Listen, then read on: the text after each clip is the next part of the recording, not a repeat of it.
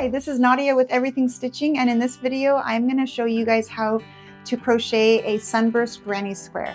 This one's super fun because it has the sunburst pattern on the inside of it, and then you have your border. You can also make this Granny Square much larger by just working each row outward, and I explain to you at the end of this video how to do that. The pattern for this will be in my Etsy shop along with all my other patterns, so feel free to check that out.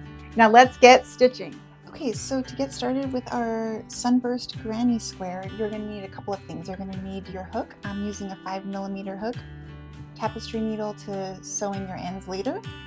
I like using a stitch marker on this one just because you can kind of lose track of which stitch you're on, so it's great to use a stitch marker on this particular Granny Square. Of course, scissors, as always, can never work without it. And then for this particular Granny Square, I'm using two different colors. They're both in a 4 medium weight yarn. So we're going to go ahead and get started with the green. I think, is that what I want to do? Yeah, let's go ahead. Let's get started with the green, and then the outer part of our Sunburst Granny Square is going to be the purple. This is one made with some funky colors, but I think it's going to look really cool if it's solid color here and then solid color on the outside. Oh, cashew. Okay, so let's get started. So to get started, we're going to make our slip knot as we do with pretty much all of our projects. Okay, so make your slip knot, and then we're going to chain 4.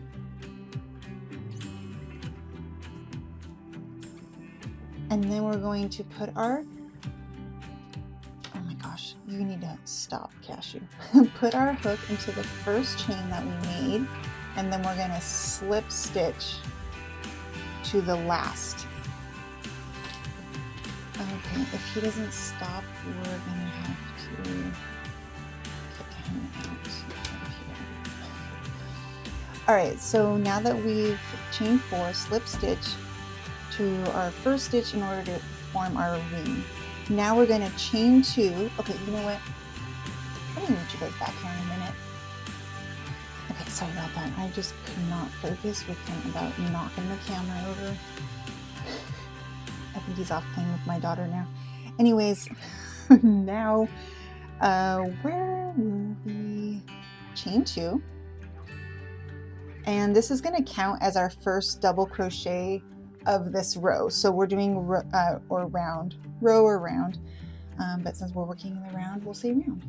So of the first round, we're going to chain 2. That's going to count as our first double crochet, and then we're going to actually double crochet 15 more into the center of this ring, and then we're going to, at the end of the 15, slip stitch from the last double crochet to this chain 2 to go ahead and connect the top, right? And then we're going to work on round number 2. So to get started, we're going to yarn over, go through. Remember, we're working in the center of this ring.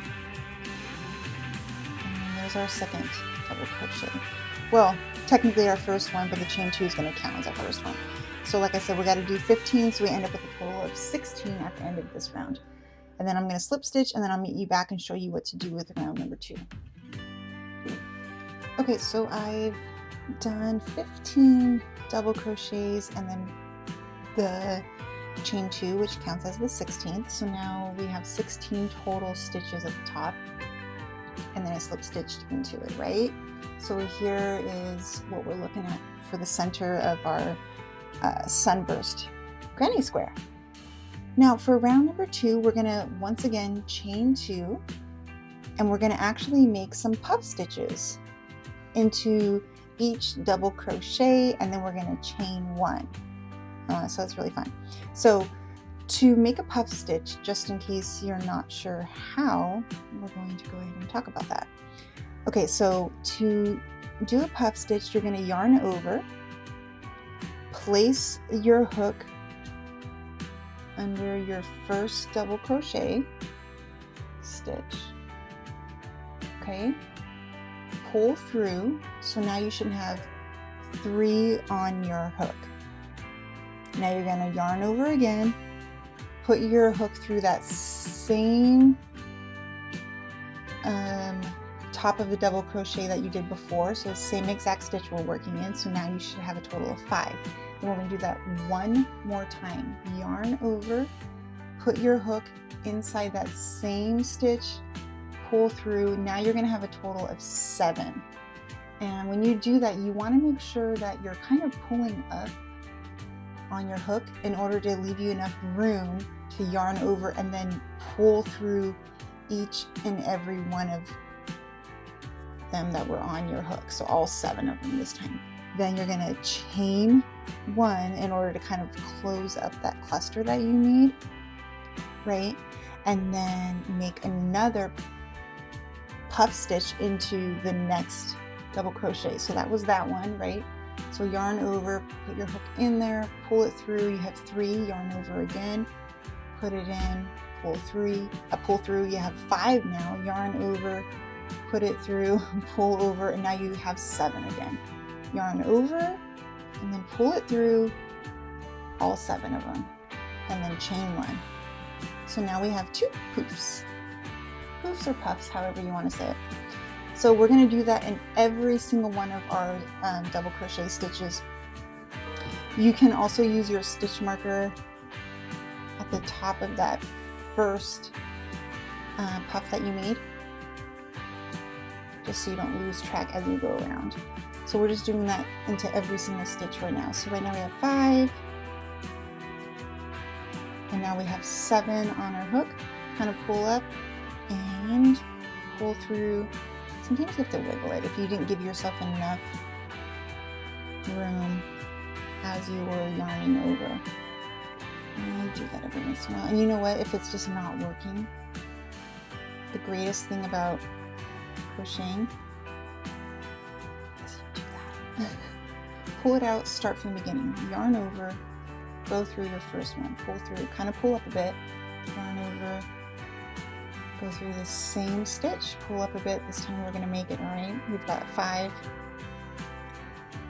and now we're at 7. Pull up a bit, yarn over, and then pull through. Come on, we can do it. We made it. And then don't forget your chain 1 to close out your little poof that you made. So pull up, yarn's getting stuck. All right, we've got 5, 7, and then pull through them all. See? And chain 1. So work your way all the way around, and then we'll meet back here. Okay, so I finished the second round of our Sunburst Granny Square. Now we're going to work on our third round. So to do that, you're going to chain 2, and that's going to count as our first double crochet of this round. And basically what we're going to do is we're going to do 3 double crochets into each chain 1 section in between our poofs. So we have chain 2, which is going to count as our first double crochet, but we also need to do 2 more in the same spot. So in order to do that, you actually want to flip your work.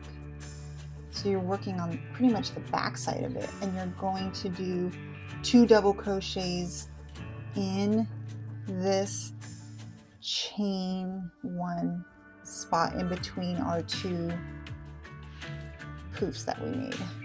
So basically we have 2 double crochets and then a chain 2 right here. So that's counting as our 3 double crochets in this spot.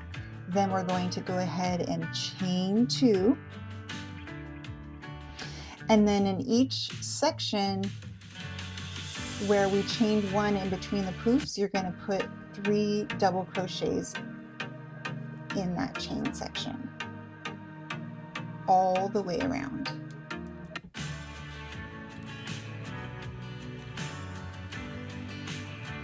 Okay, so now I've got 3 in this one, 3 in this one, and we're doing that exact same thing completely around in the chain 1 spot of your Sunburst Granny Square.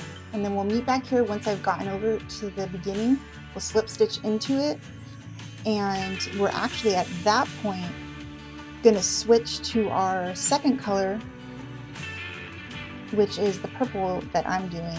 And so we're going to tie off, weave in the ends, and then we'll get started on the purple together. So go ahead and do 3 double crochets in each one of the chain ones, slip stitch into your beginning stitch, tie off, weave in the ends, and then let's meet back here.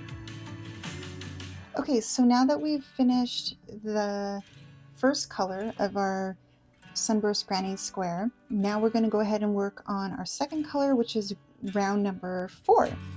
And actually our last round if you're going to make it this size. So go ahead and attach your second color to one of the chain sections of your first, or actually third round. Then you're going to go ahead and chain 2, and it's going to count as your first double crochet, and then we're going to double crochet 2 more times, so it'll be a total of 3 stitches in this section. Okay, then we're going to do 3 double crochets in our next chain,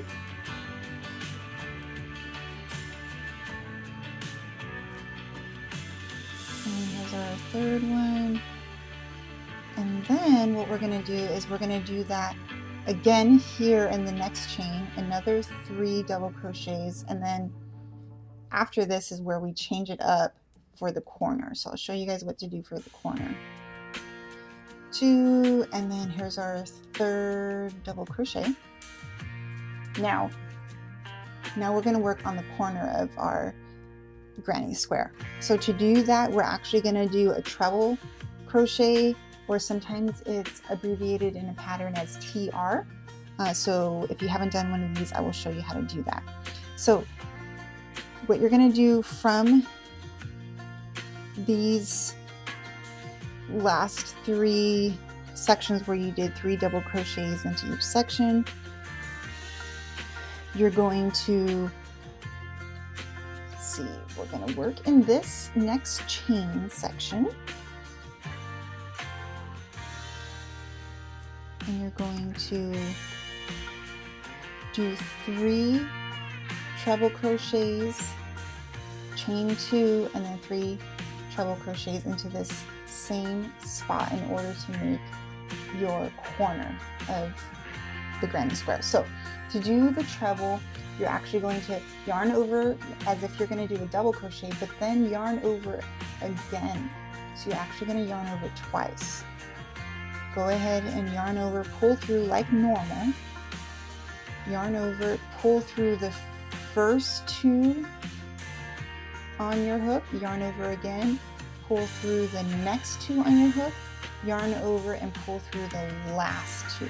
And that's how you do a treble crochet stitch. So you're going to make 3 of those in this section. So you yarn over twice, and then yarn over, pull through 2, yarn over, pull through 2, and then yarn over, pull through 2. Okay, so that was 2 treble crochets, and then here's our third one. So now we have 3 in this spot. Now we're going to chain 2, and then do another 3 treble crochets into the same spot in order to make our corner. Hold on, my yarn's getting a little tight.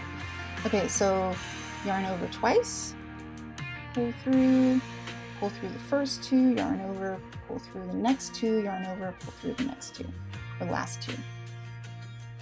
And that was 1 treble crochet. Now we got to do 2 more in the same spot in order to make our corner.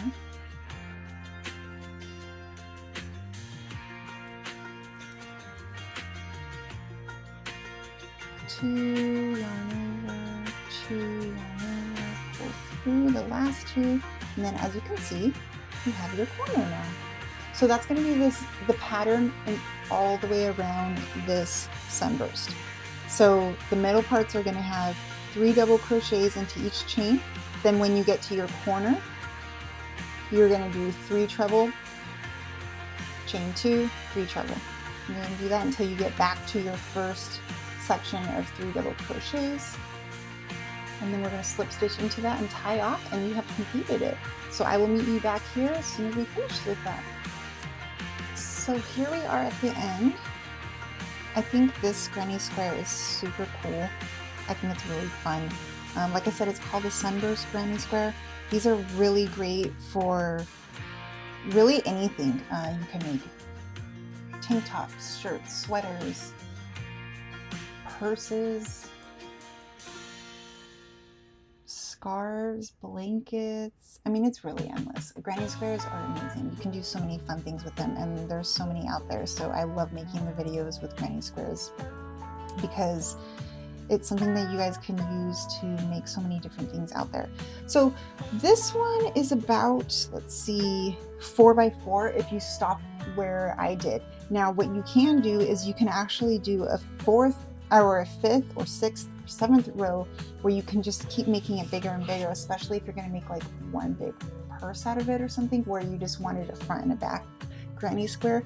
And what you would do is you would do the same exact thing that we just did on this 4th one, except for you're going to add in an extra double crochet for each one of these rounds as you go around. So like we did 3 in each section, you're going to do 4 and then 5 and then so on and so forth in order to make it bigger and bigger and bigger.